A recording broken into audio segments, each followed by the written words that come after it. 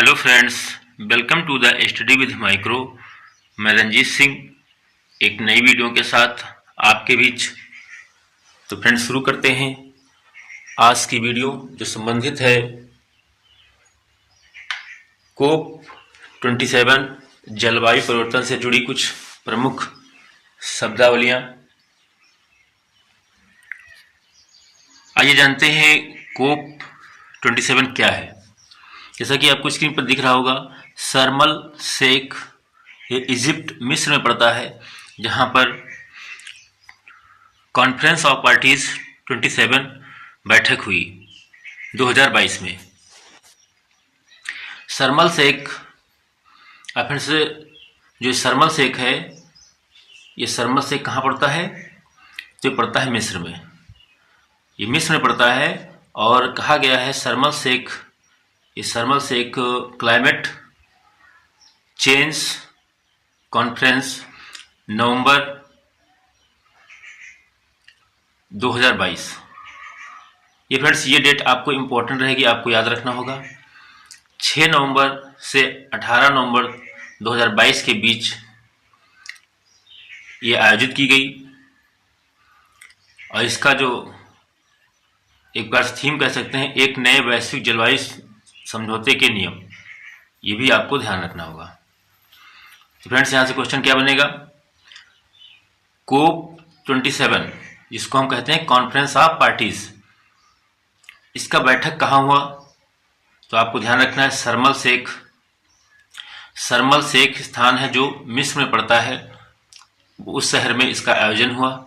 कौन से नंबर का है? तो 27वें नंबर का है।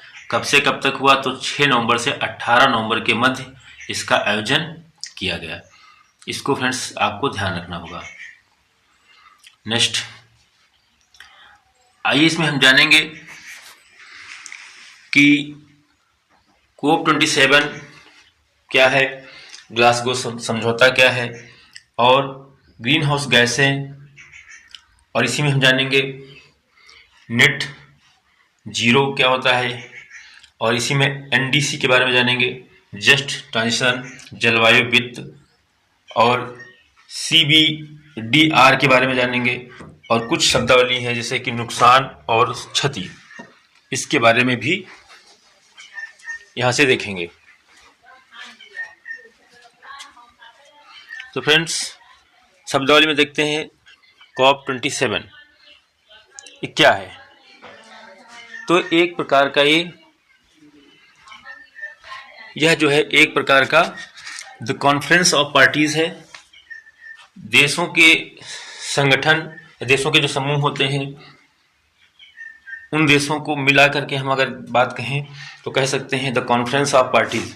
कौन कौन से इसमें पार्टिसिपेट कर रहे हैं देश, उनको सम्मिलित रूप से हम लोग कह देते हैं द कॉन्फ्रेंस ऑफ पार्टीज कह देते हैं। तो ये फ्रेंड्स ध्यान रखना होगा।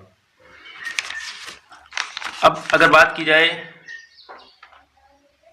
संयुक्त राष्ट्र framework convention on climate change की, तो इसका पूरा नाम होता है, इसका शॉर्ट नेम होता है यूएनएफसीसी का सर्वोच्च निकाय। यानी कि जो यूएनएफसीसी है यह यूएनएफसीसी है फ्रेंड्स, का नाम होता है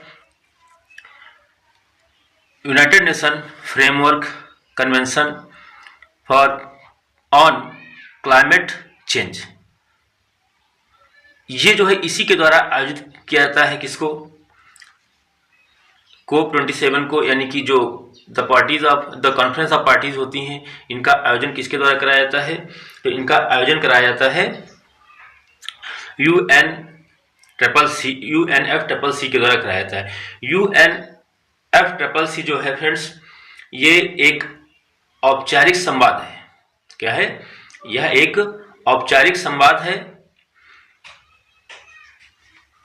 इसकी सालाना बैठक होती है और 27वीं बैठक जो है हाल ही में कहाँ हुई फ्रेंड्स? तो शर्म शेख में हुई है, जो कहाँ पड़ता है? मिस्र देश में पड़ता है। इस फैक्ट को आपको ध्यान रखना होगा।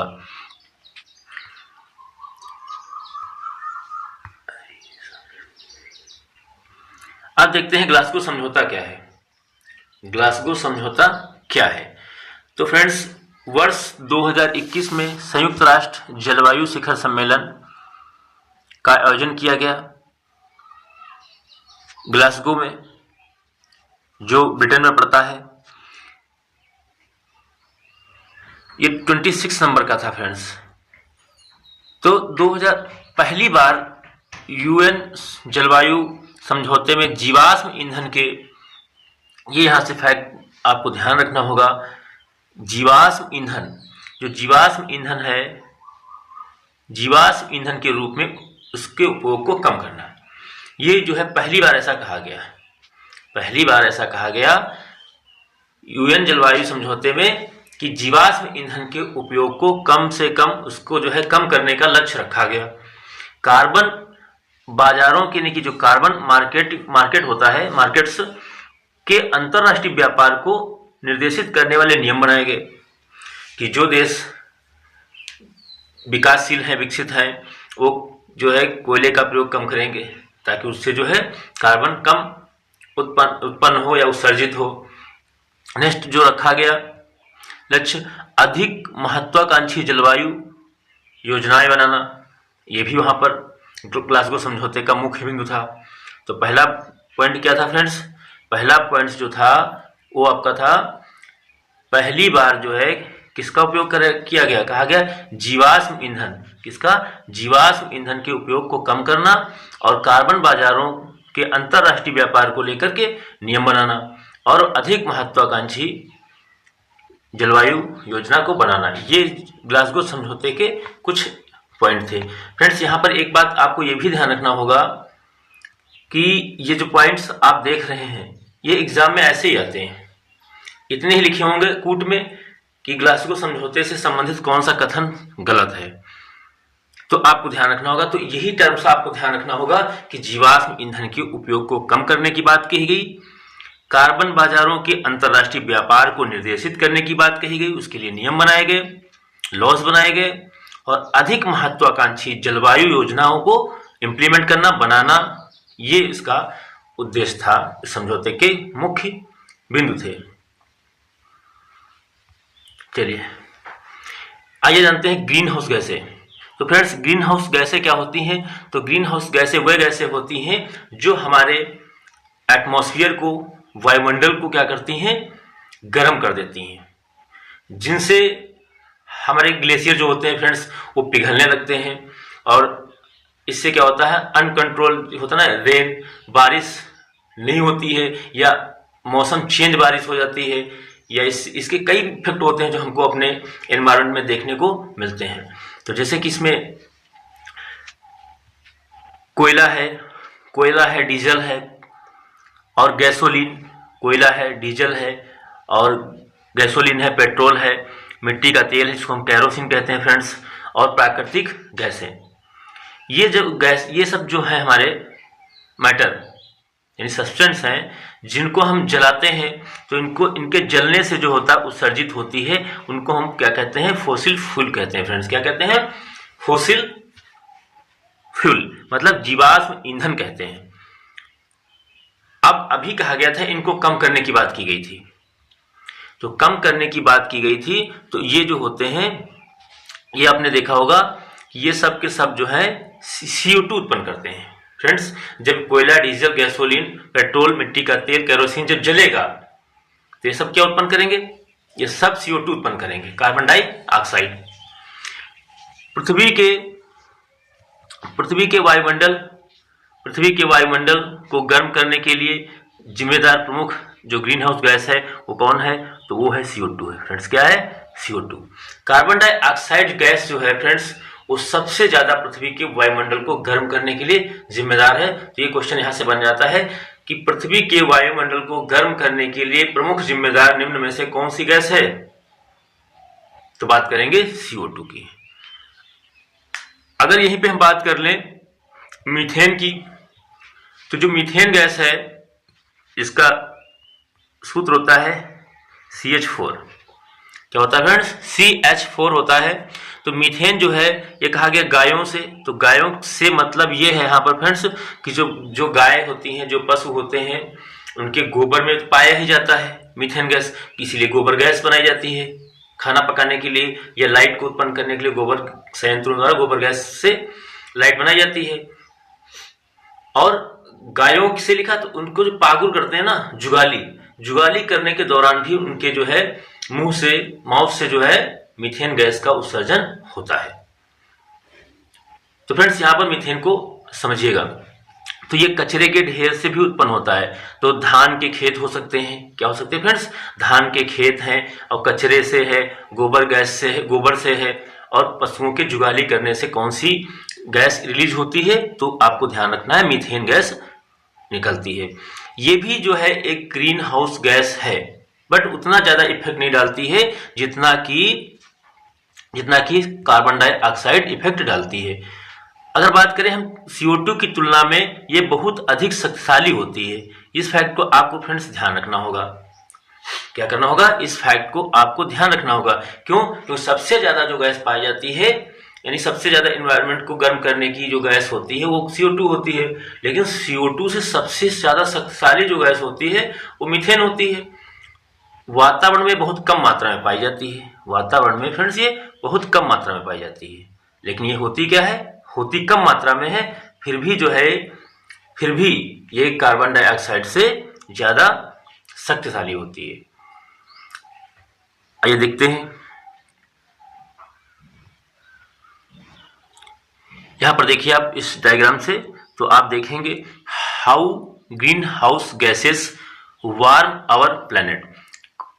कौन सी गैसें हैं जो हमारे प्लैनेट यानी कि पृथ्वी को या पृथ्वी के वायुमंडल को वार्म बनाने में महत्वपूर्ण भूमिका निभाती हैं। तो आप देख रहे होंगे ये डायग्राम जो दोनों हैं, तो द ग्लोबल वार्मिंग पोटेंशियल, जिसका नाम होता है GWP। इसका फ्रेंड्स इस फैक्ट को आप याद रखिएगा, ये जो आपको दिख रहा है इसका पूर्ण कभी कभी फुल फॉर्म पूछ लेते हैं फुल फॉर्म ऑफ GWP क्या है। तो ये है friends the global warming potential. The global warming potential है, तो इसको आपको ध्यान रखना है। Of human generated greenhouse gases is a major of how much heat each gas trap in the atmosphere relative to carbon oxide. जो friends हमारे मानव के द्वारा जो कुछ जनरेट की जाती हैं green house gases is a major how much heat, जो क्या करती हैं ऊष्मा को, यानी ऊष्मा को गर्मी, यानी गर्मी जो ऊष्मा होती है उसको बनाती हैं, और गैसेस को क्या करती हैं, ट्रैप कर लेती हैं, फंसा लेती हैं अपने पास, उन पे जो अपना इफेक्ट डालती हैं, और इस तरीके से वायुमंडल को क्या कर देती हैं, गर्म कर देती हैं। और इसी को कहते हैं कार्बन डाइऑक्साइड। ये CO2 होती है फ्रेंड्स। अब देखें, अगर हम इसमें एमिशन की बात करें हम, तो देखो कार्बन डाइऑक्साइड आपको दिख रहा है सबसे ज्यादा प्रभावशाली, सबसे ज्यादा जो है गैस पाई जाती है। और यहाँ पे देखो इफेक्टिव कौन है, तो सबसे ज्यादा फ्रेंड्स इफेक्टिव आपको क्या दिख रही है, सबसे ज्यादा इफेक्टिव दिख रही है, ये देखो मीथेन है 25, ये देखो 300 दिख रहा है इसका। ये देखो ये फ्लोरीनेटेड गैसेज होती हैं, जो CFCs होती हैं, फ्रिज एसी कूलर से निकलने वाली जो गैसें होती हैं, इनको हम CFCs या फ्लोरीनेटेड गैसेस कहते हैं। तो ये जो है देखो हमारे यहाँ पे डायग्राम में ये सबसे ज्यादा खतरनाक होती हैं, जबकि इतना ज्यादा कार्बन डाइऑक्साइड खतरनाक नहीं होती है, लेकिन ग्रीन हाउस गैसों में महत्वपूर्ण भूमिका निभाती है। लेकिन सबसे ज्यादा खतरनाक कौन होती है, तो आपकी वो है CFC। क्या है फ्रेंड्स, वो CFCs गैसेज जो हैं, क्लोरोफ्लोरोकार्बन्स, ये गैसेज जो होती हैं फ्रेंड्स, ये काफी ज्यादा इफेक्टिव होती हैं, शक्तिशाली होती हैं। अब बात करें अगर हम सेकेंड डायग्राम में देखें, तो इसमें देखते हैं हम हाउ मच ईच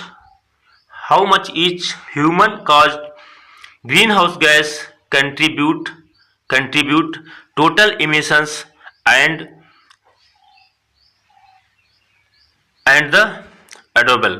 कहने का मतलब यहाँ फ्रेंड्स ये है कि जो मानव है वो ह्यूमन का जो मानव जो कारण है उनके द्वारा ग्रीन हाउस गैसेज जो होती हैं उनके कंट्रीब्यूशन में, उसके टोटल इमिशन में जितनी उत्सर्जित होती है उनमें कौन सी गैसें सबसे ज्यादा होती हैं, जो ह्यूमन काज के द्वारा उत्सर्जित होती हैं, इनका इमिशन किया जाता है। तो इसमें देखो फ्रेंड्स आपको जो पाई चार्ट दिख रहा है, इसमें आप देखिएगा कार्बन डाइऑक्साइड कितनी दिख रही है आपको, तो कार्बन ऑक्साइड जो है वो आपको दिख रही है 76% दिख रही है, और मीथेन कितनी है, तो 16% है, मीथेन 16% है, और 8% जो है 6% नाइट्रस ऑक्साइड है, और जो CFCs गैसें हैं जिनको हम फ्लोरिनेटेड गैसेस बोलते हैं वो मात्र 2% होती हैं। है तो 2% फ्रेंड्स, लेकिन ये सबसे ज़्यादा खतरनाक होती हैं, ये आपको ध्यान रखना होगा। तो अगर हम एक बार इसको हम रिपीट कर लें अगर इस फैक्ट को, तो कैसे, हमको ये ध्यान रखना है कार्बन जो है वो कार्बन डाइऑक्साइड गैस है फ्रेंड्स, वो ग्रीन हाउस गैसेस के लिए महत्वपूर्ण या उत्तरदायी गैस है, जबकि सबसे खतरनाक या सबसे शक्तिशाली गैस अगर पूछी जाए तो आपकी CFCs हो जाएगी, जिसको हम फ्लोरिनेटेड गैसेस कहते हैं। अगर ये पूछा जाए ह्यूमन काज के द्वारा ग्रीन हाउस गैसेस जो होती हैं उनमें कितने गैस का, किस गैस का कंट्रीब्यूशन कितना होता है, तो सबसे ज़्यादा किसका होता है, कार्बन डाइऑक्साइड का 76% होता है। देन उसके बाद मीथेन होता है, मीथेन का कितना होता है, 16% होता है फ्रेंड्स। और नाइट्रस ऑक्साइड जो होता है जिसको हम लोग लॉफिंग गैस भी कहते हैं, क्या कहते हैं फ्रेंड्स, लॉफिंग गैस भी कहते हैं, इसका जो है परसेंटेज जो होता है 6% होता है, और 2% जो बचता है वो फ्लोरिनेटेड गैसेस होती हैं जो कि हमारे ग्रीन हाउस गैसों के अंतर्गत आती हैं।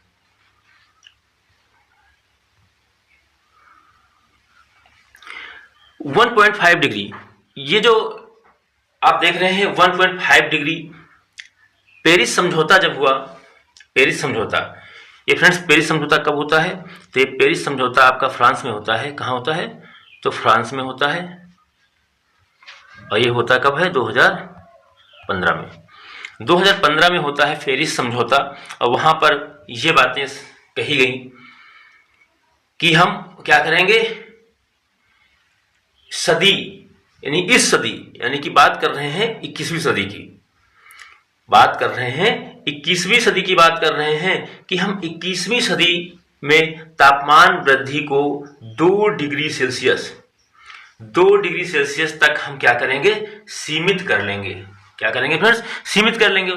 सामूहिक रूप से ग्रीन हाउस गैस उत्सर्जन कम करना, सब लोग मिलकर के, सभी लोग मिलकर के क्या करेंगे, सभी लोग मिलकर के ग्रीन हाउस गैसों को क्या करेंगे, कम करेंगे। तो ये भी आपको ध्यान रखना होगा। 2 फैक्ट हो गए फ्रेंड्स। फिर कहा गया है परस्यूएस इफेक्ट्स जो होते हैं, परस्यूएस एफर्ट्स जो होते हैं, इसमें भी कहा गया तापमान वृद्धि को 1.5 डिग्री सेल्सियस से नीचे रखा जाएगा, और सब लोग सामूहिक रूप से ग्रीन हाउस गैसों को कम करेंगे, और हम 21वीं शताब्दी तक, यानी कि 21वीं शताब्दी तक हम क्या करेंगे, 2 डिग्री सेल्सियस टेम्परेचर को कम कर लेंगे। तो 3 फैक्ट आपको समझ में आ गए होंगे फ्रेंड्स। नेक्स्ट है संयुक्त राष्ट्र संघ की जो रिपोर्ट है, संयुक्त राष्ट्र संघ की रिपोर्ट है, उसमें कहा है कि 21वीं शताब्दी तक भले ही आप तापमान को 2 डिग्री सेल्सियस कम करने की बात कह रहे हैं, सीमित करने की बात कह रहे हैं, लेकिन मेरा अनुमान है कि यह औसत जो होगा, यह औसत आपका 2.7 डिग्री सेल्सियस रहने वाला होगा। इतनी वहां पे वृद्धि होगी, इतनी वृद्धि देखने को मिलेगी आपको 21वीं शताब्दी में। तो इस फैक्ट को आपको फ्रेंड्स ध्यान रखना होगा। मैंने कहा ना, यहां से तथ्य जो होते हैं सीधे उठ के आते हैं। निम्न में से कौन सा पेरिस समझौते से संबंधित नहीं है? तो पेरिस समझौते में कौन सी बातें कही गई हैं? 4। तो पहली बात कही गई है कि 2.0 डिग्री सेल्सियस टेम्परेचर को हम कम कर लेंगे। फिर कहा गया सामूहिक रूप से आप सभी लोग मिलकर के क्या करें, ग्रीन हाउस गैसों को उत्सर्जन कम कर दें। फिर कहा गया है परस्यूज जो होता है एफर्ट, इसके तहत हम तापमान को कितना कम कर लेंगे? तो कहा तापमान को हम लोग 1.5 डिग्री सेल्सियस नीचे कर रखना। जबकि संयुक्त राष्ट्र संघ क्या कह रहा है कि आप कितना भी प्रयास कर लें, वर्ष यानी कि 21वीं शताब्दी तक आपका औसत तापमान जो होगा वो 2.7 डिग्री सेल्सियस ही होगा। नेट जीरो क्या है जानिए। देखो, नेट जीरो का मतलब क्या होता है फ्रेंड्स, हम जितना उत्सर्जन कर रहे हैं, जितना भी हम कार्बन डाइऑक्साइड या ग्रीन हाउस गैसेस उत्पन्न कर रहे हैं, रिलीज कर रहे हैं, किसी न किसी माध्यम से, फैक्ट्री के माध्यम से हो सकता है, या पराली जलाने से हो सकता है, ये है, तो इतनी भी फैक्ट्रियां होती हैं वहां से भी इसका एमिनेशन होता है। तो फ्रेंड्स कहने का मतलब यहाँ पर ये है, हमको उसे नेट जीरो करना है। क्या करना है फ्रेंड्स? नेट जीरो करना है, यानी कि उसे खत्म करना है। तो ग्रीन हाउस गैस जो है, गैस उत्सर्जन को यथासंभव शून्य के करीब लाना। हमने कहा ना, अगर आप जितनी कार्बन डाइऑक्साइड उत्सर्जित कर रहे हैं उसका उतना ही क्या कर लें फ्रेंड्स, इमिशन, उसको उतना ही क्या कर लें, उसको खत्म कर दें। तो इससे क्या होगा? इससे हमारा एनवायरमेंट जो होगा, वायुमंडल होगा, वो ग्रीन हाउस गैस के इफेक्ट से प्रभावित नहीं होगा, यानी ग्लोबल वार्मिंग नहीं होगी। अब बात करें अगर हम नेक्स्ट पॉइंट की, नेक्स्ट पॉइंट है महासागरों, जो ओशंस होते हैं फ्रेंड्स, और फॉरेस्ट जो जंगल होते हैं, इनके द्वारा वातावरण से शेष उत्सर्जन को अवशोषित करना। एक तो ये करना होगा, एक तो हमें पहले क्या करना होगा, पहले हमें करना होगा कि जितनी भी ग्रीन हाउस गैसें हैं उनके उत्सर्जन को यथासंभव शून्य करना। पहले तो उनको हमें खत्म कर देना है, जितनी ही गैस उत्सर्जित हो रही है उनको खत्म कर दीजिए। देन उसके बाद कहा गया है, दूसरा पॉइंट जो है वो है महासागरों और जंगलों द्वारा वातावरण के शेष कार्बन को अवशोषित करना, उसको भी खत्म कर देना, उसको भी खत्म कर देना। ये महासागर जो होते हैं, सबसे पहले फ्रेंड्स महासागर में जो क्षमता थी वो कार्बन, इनकी ग्रीन हाउस गैसों को खत्म करने की सबसे ज़्यादा थी। उसके बाद अब उनके पास तो पावर रही नहीं, क्योंकि इतना ज़्यादा पोल्यूटेड जो वाटर होता है या वो सब कहाँ जाता है, सागरों में जाता है, तो उनकी इतनी क्षमता रह नहीं गई है। अब हमारे पास जो बचता है एक, वो क्या है, फॉरेस्ट है। वो क्या है, वो है फॉरेस्ट। ये फॉरेस्ट जो है फ्रेंड्स, इन्हीं के द्वारा अब इनके उत्सर्जन को अवशोषित करने का काम किया जाता है। तो फ्रेंड्स जो हमारे अमेज़न के जो वन हैं, ब्राज़ील में पाए जाते हैं, ये पृथ्वी के फेफड़े कहलाते हैं फ्रेंड्स, और जिनका काम होता है कार्बन डाइऑक्साइड को सबसे ज़्यादा अवशोषित करना। इसीलिए फ्रेंड्स जो पौधे होते हैं वो कार्बन डाइऑक्साइड और प्रकाश और जल खनिज लेकर के अपना भोजन बनाते हैं। इस तरीके से वो ग्रीन हाउस गैस यानी कार्बन डाइऑक्साइड गैस को कम करने का काम करते हैं। तो दूसरा पॉइंट हो गया कि जंगलों द्वारा, महासागरों द्वारा हम क्या करेंगे, शेष जो उत्सर्जन हो रहा है उसको हम अवशोषित करने का काम करेंगे। उसके बाद फिर क्या कहा गया है, 1.5 डिग्री सेल्सियस के लिए क्या बात की गई है, तो कहा गया है वर्ष 2030 तक, वर्ष 2030 तक हम इसको क्या करेंगे, 45% तक कम कर लेंगे, करने की बात कही गई है। और आवश्यकता पड़ी अगर, तो कह रहे हैं 2050 तक नेट जीरो की आवश्यकता होगी, यानी 2050 तक हम लोग जब पहुंचेंगे तो हमें नेट जीरो करनी होगी, यानी कि जितना उत्सर्जन हम कर रहे हैं उसका उतना ही अवशोषण करना होगा। और हमारा देश जो है भूटान देश पड़ता है, जो वो नेट जीरो है, वो नेट जीरो है, अच्छा देश माना जाता है, क्योंकि वहाँ जितनी उसके पास जंगल भी है ज़्यादा, जितना वो क्या करता है कार्बन डाइऑक्साइड उत्सर्जित करता है, देन उतना ही उसका अवशोषण कर लेता है। और इसका फायदा जो है भारत को भी मिलता है और चीन को भी मिल जाता है, क्योंकि पड़ोसी दोनों देश हैं। राष्ट्रीय स्तर पर अगर बात किया जाए, राष्ट्रीय स्तर पर निर्धारित योगदान, तो फ्रेंड इसका जो पूरा नाम होता है एनडीसी का नाम पूछा जा सकता है, तो हिंदी में क्या कहते हैं इसको, राष्ट्रीय स्तर पर निर्धारित योगदान। इंग्लिश में क्या कहेंगे, nationally determined contribution, nationally determined contribution इसका पूरा नाम होगा फ्रेंड्स, इसको आपको ध्यान रखना होगा। अब बात करें हम नेक्स्ट पॉइंट की, देशों द्वारा उत्सर्जन कम करने की प्रतिज्ञाएं ली जा रही हैं बराबर। हर सम्मेलन में ये बातें कही जाती हैं कि जितना उत्सर्जन हो रहा है उसको हम कम करेंगे, उसके लिए शपथ ली जाती हैं, ओथ ली जाती हैं, प्रतिज्ञाएं ली जाती हैं, और ये भी करना चाहिए, प्रत्येक देश का कर्तव्य होता है। नहीं तो ग्लोबल वार्मिंग इतनी बढ़ जाएगी कि आने वाले समय में भूकंप, ज्वालामुखी और ये आपके जो चक्रवात होते हैं ये सब बहुत ज़्यादा आते हैं, बाढ़, सूखा, ये सब आपको झेलने पड़ेंगे। वर्ष 2020 के बाद से जलवायु परिवर्तन के लिए अनुकूल बनाना, ये इसका लक्ष्य है। देशों को हर 5 सालों में अपने राष्ट्रीय स्तर पर निर्धारित योगदान करने होंगे और उनको विस्तारित करना आवश्यक होगा। यानी कि नेशनली जो डिटरमाइंड आपका कंट्रीब्यूशन है, कंट्रीब्यूशन इसके तहत आपने जो तय किया है लक्ष्य, उनको विस्तारित करना भी आवश्यक होगा। और ग्लासगो में नई प्रतिज्ञाएं भी ली गई थी, ये भी आपको ध्यान रखना है। नेक्स्ट शब्दावली है जस्ट ट्रांजिशन। जस्ट ट्रांजिशन, तो फ्रेंड्स ये क्या है जानिए। लो कार्बन अर्थव्यवस्था में, लो कार्बन अर्थव्यवस्था जो होती है, जहां पर कार्बन, जिस अर्थव्यवस्था में अगर कार्बन का जो होता है उत्सर्जन कम हो, उसे हम क्या कहेंगे, उसे हम कहेंगे जस्ट ट्रांजिशन। अब ऐसे इकोनॉमिक क्षेत्र में अगर हम देखें तो हमें ज़्यादा से ज़्यादा क्या करना होगा, अपने इन्वायरमेंट को प्लांटेशन के द्वारा, यानी पौधों को लगाने के द्वारा, या हम किस तरीके से लो कार्बन एरिया जोन बना सकें, इस पर ध्यान देना होगा।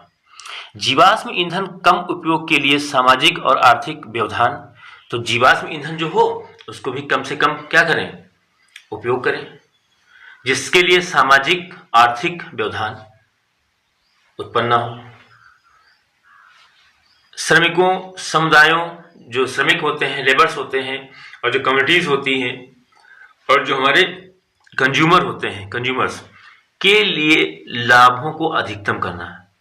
इनको ऐसे लाभ प्रोवाइड करवाया जाए कि हमने कहा ना लो कार्बन अर्थव्यवस्था में बदलाव, आपको ऐसा करना होगा जहां देखो, इससे हमें ध्यान ये रखना है, हमें कार्बन जैसी जिनसे भी कार्बन हमारा उत्सर्जित हो रहा है उन सबको हमें कम करना है, जीवाश्म ईंधन को कम करना है, ताकि उसके लिए आर्थिक और सामाजिक व्यवधान न हो, डिस्टरबेंस ना हो, श्रमिकों समुदायों और उपभोक्ताओं के लिए लाभों को अधिकतम करना है। ये सब फ्रेंड्स जस्ट ट्रांजिशन के कुछ महत्वपूर्ण पॉइंट हैं जिन्हें हमें ध्यान रखना होगा। नेक्स्ट, जलवायु वित्त क्या है फ्रेंड्स। तो जैसा कि आप जानते हो, जो क्लाइमेट फंड होता है, इसकी भी बात की गई थी, इसकी भी बात जब बैठक हुई उसमें भी बात की गई, जब UNFCCC है उसमें भी ये बात कही गई थी। सभी जो अमीर देश हैं उनके द्वारा वर्ष 2009 में एक वादा किया गया था फ्रेंड्स, 2009 में एक वादा किया गया था कि वर्ष 2020 तक हम क्या करेंगे, प्रत्येक वर्ष $100 बिलियन, 2020 तक क्या करेंगे फ्रेंड्स, 2020 तक हम $100 बिलियन का योगदान करेंगे। और अमीर देशों के द्वारा 2009 में ये वादा किया गया था। इसको क्यों किया गया था, ये फंड एक बनाया गया था, एक जो है क्लाइमेट फंड बनाया गया, जिसमें कहा गया जितने भी अमीर देश हैं वो सब लोग क्या करेंगे, प्रत्येक वर्ष के लिए $100 बिलियन जो है इसका योगदान करेंगे। क्यों, ताकि जो गरीब देश हैं हमारे, जो पुअर कंट्रीज हैं, वो अपनी अर्थव्यवस्थाओं को अनुकूलित कर सकें। उनको आप सहयोग करिए ताकि वो भी विकसित राष्ट्र बन सकें। अब ऐसे में अगर भारत से कह दो एकदम से आप कार्बन उत्सर्जन कम कर दें, तो नहीं हो सकता ऐसा, क्योंकि इसे अमेरिका है, चाइना है, रसिया है, ये सब पहले से विकसित हो चुके हैं राष्ट्र। अब ये राष्ट्र अगर ऐसा कहेंगे तो भारत तो विकासशील देश है, तो भारत कैसे विकसित हो पाएगा। तो एकदम से भारत ऐसा नहीं कर सकता है। इसीलिए भी देखो आगे हम फैक्ट जानेंगे कि भारत ने जो है कार्बन उत्सर्जन को कम करने का जो लक्ष्य रखा है, नेट जीरो करने की, वो आपका कितना रखा है, 2070 तक का टाइम लिया है अगर, तो वो इसीलिए लिया है ताकि हम क्या करें, तब तक अपने देश को खुद विकसित कर लें। बढ़ते समुद्र और लगातार तूफान और सूखे प्रभाव, देखो फ्रेंड्स ये देखो है ना, लगातार तूफान आ रहे हैं, समुद्र बढ़ते समुद्र जो है अपने क्या हो रहे हैं, समुद्र का जो ग्लेशियर पिघल रहे हैं, समुद्री जो कोस्ट रीजन है वहाँ पे जो देश हैं या समुद्र के अंदर जो हमारे लैंड कंट्रीज हैं, जो आइसलैंड कंट्रीज हैं, वो क्या हो रही हैं, डूबने के कगार पे हैं। जैसे मालदीव हो गया, इंडोनेशिया के से बाली है, सुमात्रा, ये सब जो आइलैंड हैं ये सब डूबने के कगार पे हैं। तो कहने का फ्रेंड्स, अगर ये सब हो रहा है, इनको आप ग्लोबल वार्मिंग को रोकेंगे नहीं तो आपको ये सब प्रभाव देखने को मिलेंगे। इसीलिए कहा गया कि जो फंड रिलीज किया जाएगा, बनाया जाएगा, उनसे हम ये सब चीजें क्या करेंगे, कम कर सकेंगे। इनसे हम क्या करेंगे, ये सब जो हमारे फैक्ट्स हैं इनको हम कम कर सकेंगे, यानी कि बढ़ते समुद्र और लगातार तूफान और सूखे के प्रभाव को कम कर सकेंगे गरीब देश, क्योंकि उनको हम हेल्प करेंगे।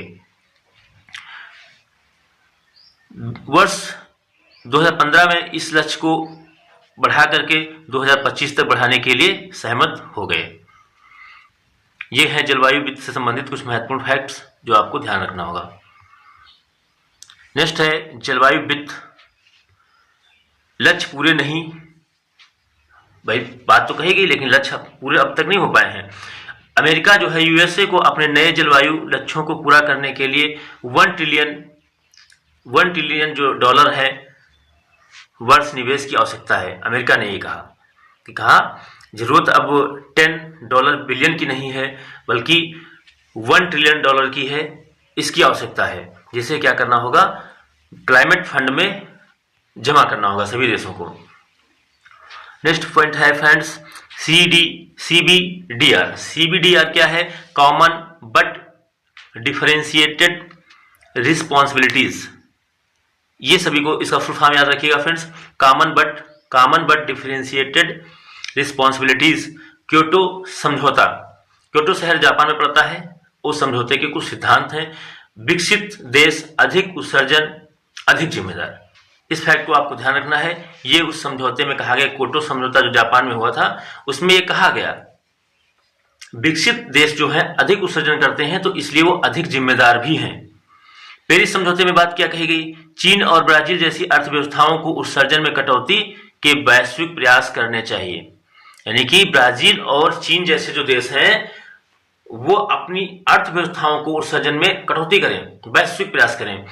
In light the different national circumstances, यानी कि सरकमटेंसेस शब्द को जोड़ने की मांग की गई। तो ये फ्रेंड्स आपको फैक्ट याद रखने होंगे। नेक्स्ट फैक्ट है नुकसान और क्षति, नुकसान एवं क्षति।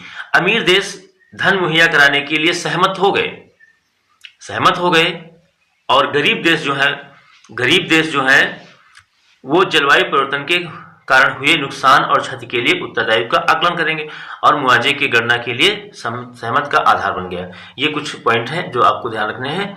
और अब जो है नेक्स्ट स्लाइड पर चलते हैं। ये है निष्कर्ष फ्रेंड। तो हमको ये ध्यान रखना है जो कॉन्फ्रेंस ऑफ पार्टीज है वो कब हुआ, तो 6 से 18 नवंबर जो है 2022 शर्म शेख मिस्र में हुआ था। ये हमको ध्यान रखना है।